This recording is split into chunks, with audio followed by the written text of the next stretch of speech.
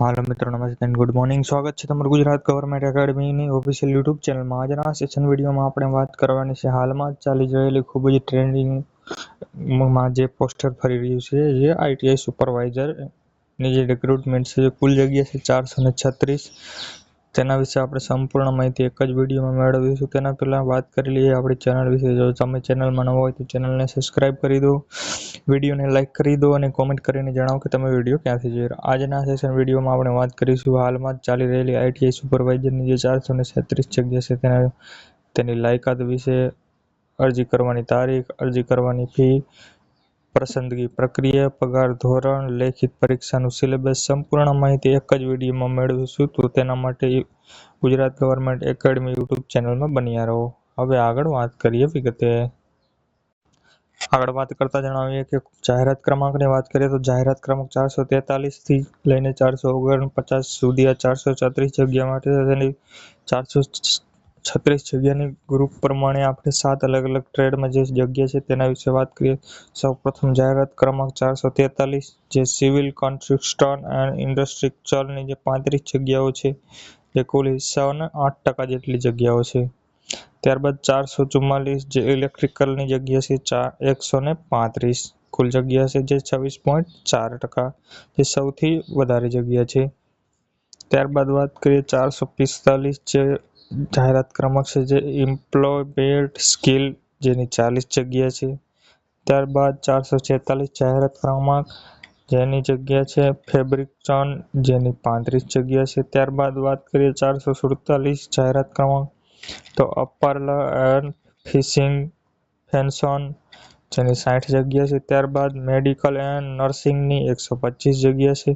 ત્યારબાદ સૌથી આખરી નંબર 7 ટ્રેડની જે વાત કરીએ 449 તો રેફ્રિજરેશન એન્ડ એર કન્ડિશનરની 46 જગ્યા છે. આ પરમાં આ રીતે કુલ 436 જગ્યા પર ભરતી પ્રક્રિયા હાથ ધરવામાં આવેલ છે.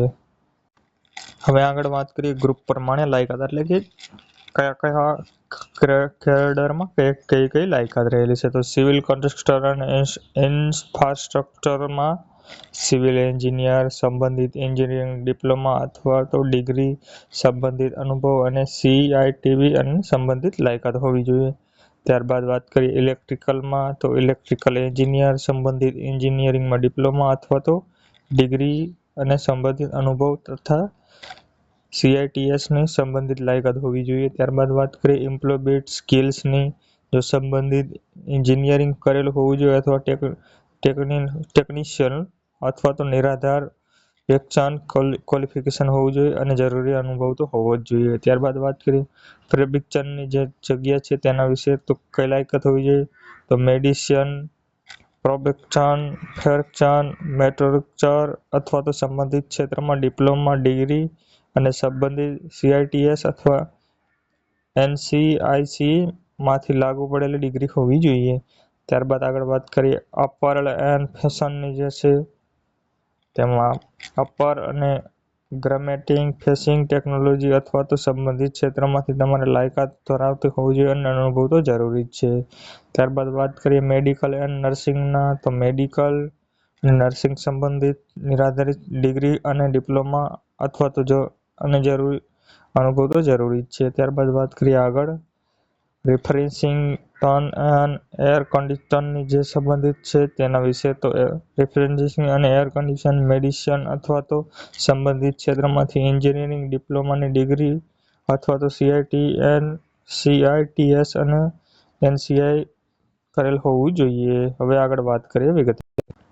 હવે આગળ વાત કરતા જણાવીએ કે નોકરીનું સ્થળ ક્યાં રહેવાનું છે. તો નોકરીનું સ્થળ ગુજરાતમાં જ નોકરી મળવાની છે.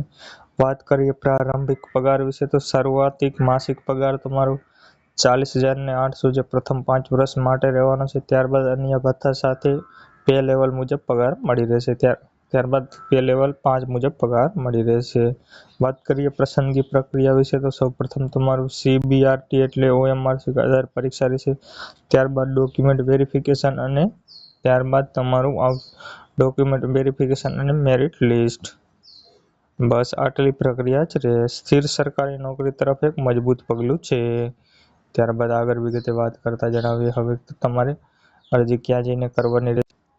વાત કરીએ આગળ વિગતે અરજી કરવાની તારીખ, તો અરજી કરવાની હાલ પ્રક્રિયા ચાલુ છે. અરજી પ્રક્રિયા હાલ ચાલુ છે. 20 જુલાઈથી અરજી પ્રક્રિયા ચાલુ થઈ ચૂકી છે અને અરજી કરવાની છેલ્લી તારીખ 3 ઓગસ્ટને રાત્રે તમે 12 વાગ્યા સુધી કરી શકશો અને અરજી ફી તમે 6 ઓગસ્ટ 2026ને રાત્રે કરી દો.